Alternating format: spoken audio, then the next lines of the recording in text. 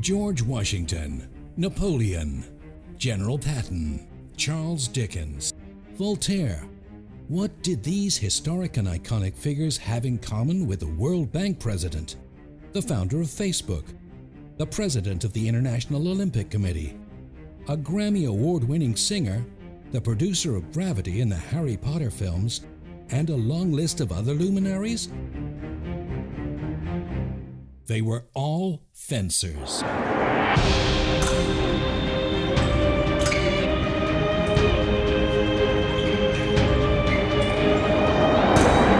It's a game that unless you have self-control and discipline, you cannot be good at it. The chess match, the figuring out of things. It's the closest we get in any sport, martial art, whatever, to trying to kill somebody, even though it's one of the safest sports I've ever known. I think it attracts passionate people, people who have wonder about the world and about life, people who have the ability to be disciplined, to achieve, to plan ahead. And I think it also attracts people that I'd want to make sure were on my side.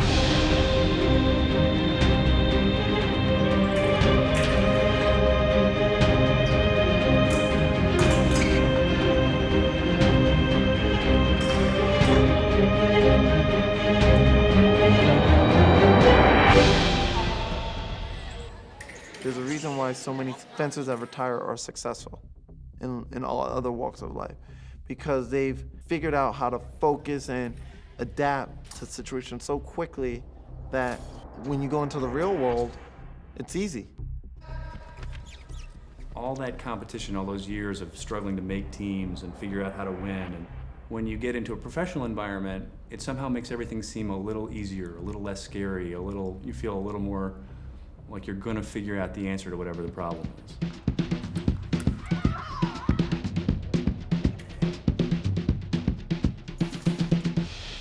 Fencing has its set of rules, has a set of protocols, all of which are necessary to understand if you want to be an observer for fencing. The sport takes place on a 40-foot long by 4-foot wide area known as the strip or piste.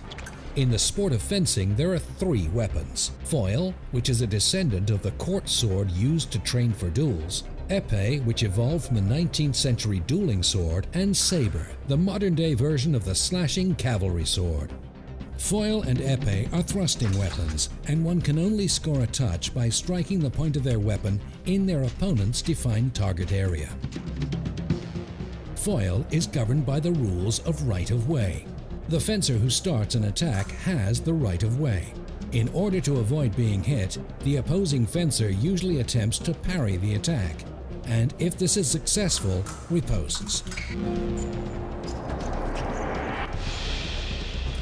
To score a point with foil, the fencer must hit the target area of the opponent, which is the bib and torso, front and back. When touches occur at the same time, the referee determines which fencer has the right-of-way. In épée, the target area is the entire body, head to toe. Touches are awarded solely on the basis of which fencer makes the first hit. In épée, there are no rules of right-of-way regarding attack. Any hit which is made is counted. Also, double hits are allowed in épée, although the hits must occur within a millisecond of each other. In saber, points are scored not only through thrusting with the tip of the sword, but by slashing as well. The target area in saber is anywhere above the waist. This includes the mask and arms. Like foil, saber is governed by the rules of right-of-way. Because the action in fencing is so fast, touches are transmitted electronically. When a touch is made to the target area of the opponent, a colored light will come on to indicate which fencer scored the point. In foil, if the touch is off target, a white light will appear. These have just been a few pointers to help make your viewing of this lightning-fast sport more enjoyable.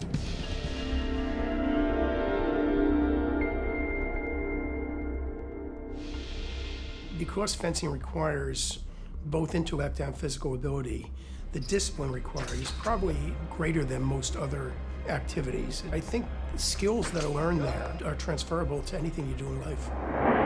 It is fair to say that fencing helps people to become successful in life, absolutely. Fencing has such an incredible impact on my present life. It's hard to imagine that I would have anything I've got going on without it, to tell you the truth. To be able to think on the spot, what do I do next? What's the situation I'm in? How do I pivot? I think fencing just ingrained that in me.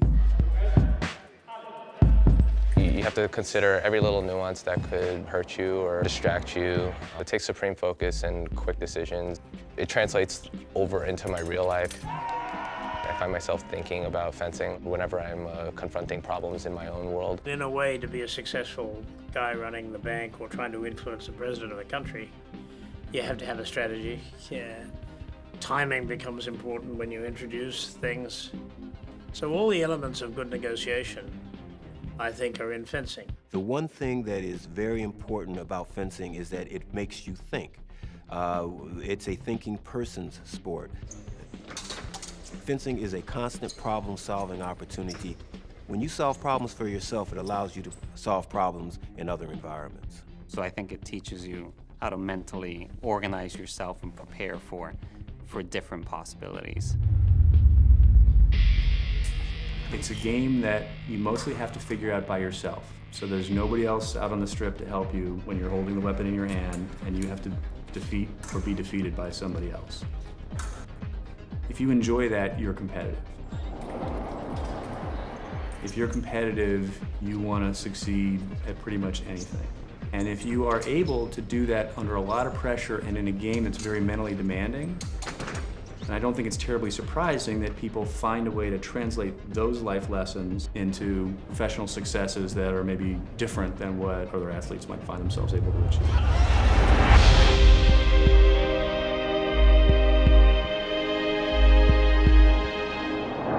The attributes of a good fencer can be very diverse because there are 3 different disciplines in fencing. And those different disciplines attract very different personalities. I love that bay. I'm very cerebral, so to fence a weapon that involves like a lot of strategy and very painstaking movement and calculation, I really enjoyed that. So I think it's a perfect match.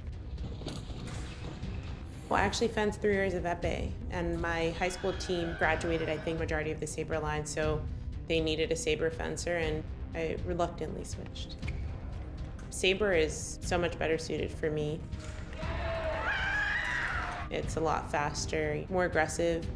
I was like an okay épée fencer, I wasn't the best, so I definitely found my calling in saber.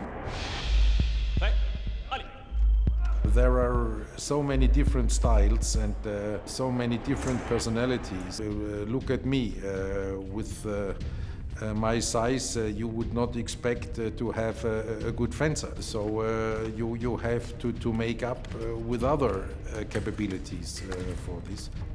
I think it is in fencing like in real life. You have to be authentic.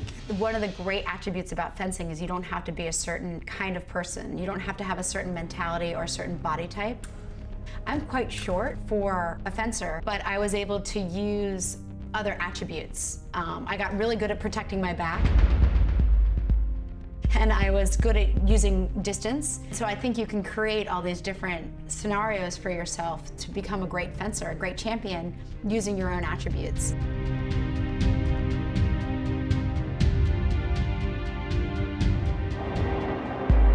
Aladar, my old coach, used to say, hard in the practice, easier in the battle.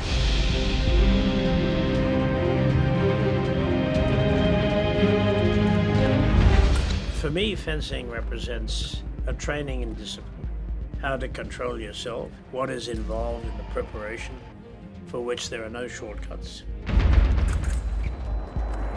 I think what fencing did for me is that you have to learn how to push through things. You have to learn and you have to practice overcoming obstacles in front of you. It's a learned skill. You can't just arrive at something and think, okay, today I'm gonna put my best foot forward. It has to be practiced day in and day out. You have to build up all these little skill sets in the gym and then let it rip when you get in the competition. Or in the sales pitch, or whatever it may be. For every success, you have to work before, you have to train, you have to show discipline. It's a sport that takes extreme discipline, a lot of training. And described as chess with muscles. You need physical ability to perform the task, but also you need the mental ability to outthink your opponent. People talk about it as being a sporting chess, and there's an element to it where you're trying to outwit your opponent.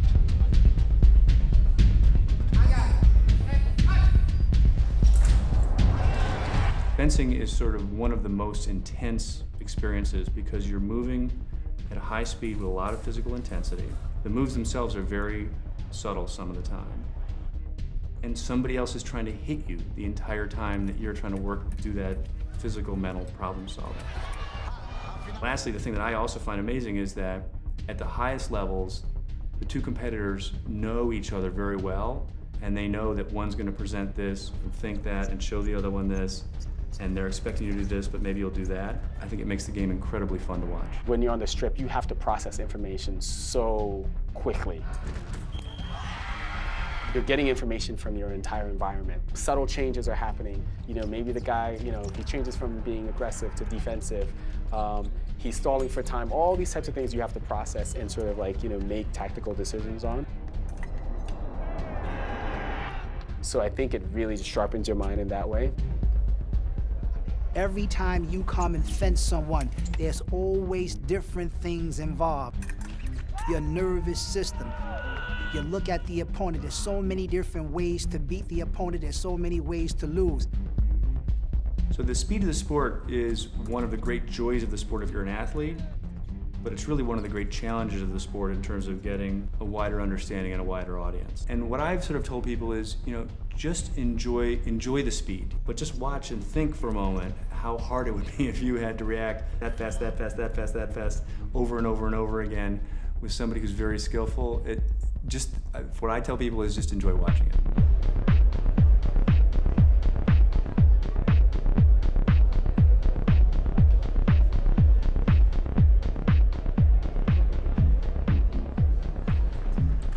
Fencing is the kind of sport that opens up doors.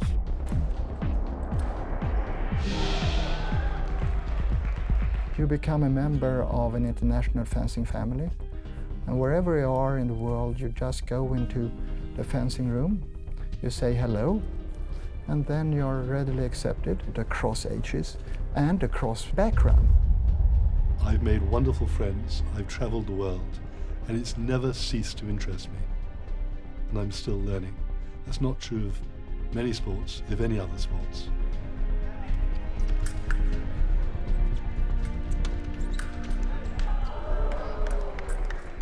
My understanding, at least from talking to admissions directors and so on, is that there are sort of three sports that colleges believe that if you've been successful in the sport, you will be successful academically and so on in college. And those sports are squash, rowing, and fencing. They must know something, and there's a lot of correlation, apparently, to academic success and fencing. I think your sport helps the young people and helped me because again with the sport you learn some discipline. I think you learn to learn much better. The intellectual process that you need to go through when you fence is very similar to academic work. You have to have a target, and you have to have sub-targets, you have to have a goal, and several targets on the way to the goal. That's simple. The main thing growing up was like, I'm trying to get to college. You know, we want to find the best way of getting to college, and preferably for free. You know, scholarship would be great. And I earned a full scholarship at St. John's. So when I was there, I said, well, this is it. I'm going to fence 4 years in college, and then I'm going to join the real world. Fencing really helped me to learn and to study because it helped me to be able to focus very intently. Because a lot of people told me when I was in medical school that there was no way I was going to be able to do medical school and travel in fencing. But I think something that I've gotten from fencing is, how to balance your time.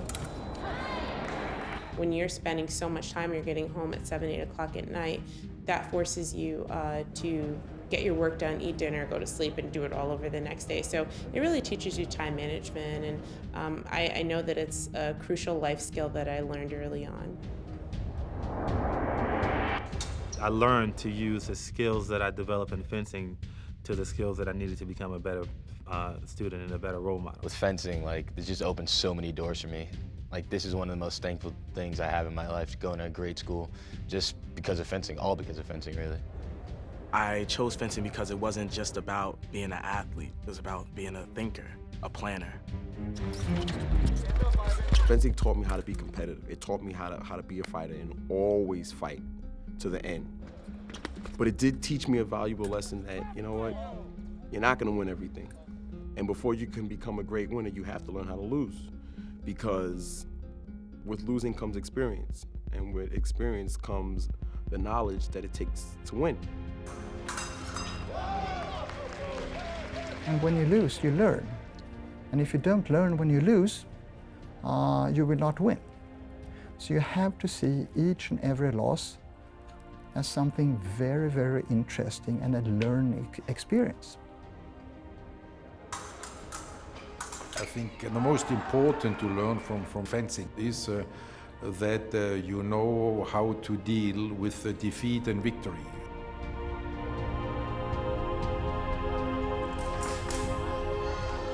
You learn a defeat is not the end of it all, and the victory does not make you superior to others. There are things that you learn from fencing that you can't get from anything else in life. Learning to adapt, learning to assess situations and quickly make decisions.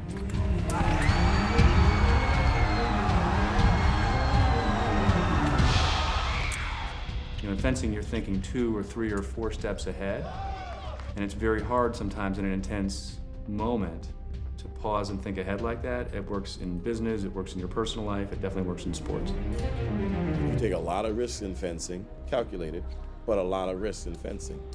And that's what it taught me to do, is to have the confidence and get rid of that anxiety and that butterfly feeling in the belly to go into something new, take on a challenge, take the risk, and persevere. And so I think about fencing all the time and kind of reflect back on literally bouts that I have had. I would have not excelled in school, became a doctor, an acupuncturist, an athletic trainer. I think that where I am at in my life now, I would have never had the chance to have that experience if I had not had fencing in my life. Fencing has given me the tools and the toolbox really to be like, okay, I know that I can push my body and my mind to certain limits, and I can really learn how to juggle a lot of different things and work with a lot of different people. And I think that's a great part of the sport. I think fencing teaches you so much about yourself. There's something that teaches you how to trust yourself and depend on yourself to make decisions in a very creative way. I have this background of always being a little uncomfortable and getting used to it. And I think that change and pushing yourself to the next step and always moving forward is probably the biggest gift that fencing gave me.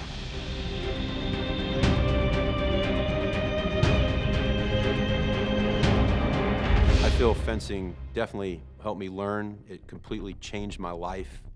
One of the things I feel that really helped me in fencing is it's such a hard sport where even if you're going to 5 touches or 15 touches and you lose a touch, you can't be worried about what happened that touch. You take it, you analyze it, you learn from it, and you move on.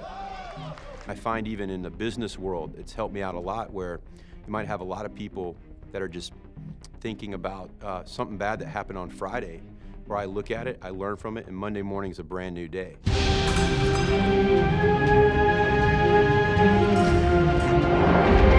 What what is it about fencing? Well, in my mind, the short answer is it's a sport, it's an art, and it's a science. It's a beautiful sport because it allows someone to hit their peak at a different age, different time, depending on their body, and still being able to excel.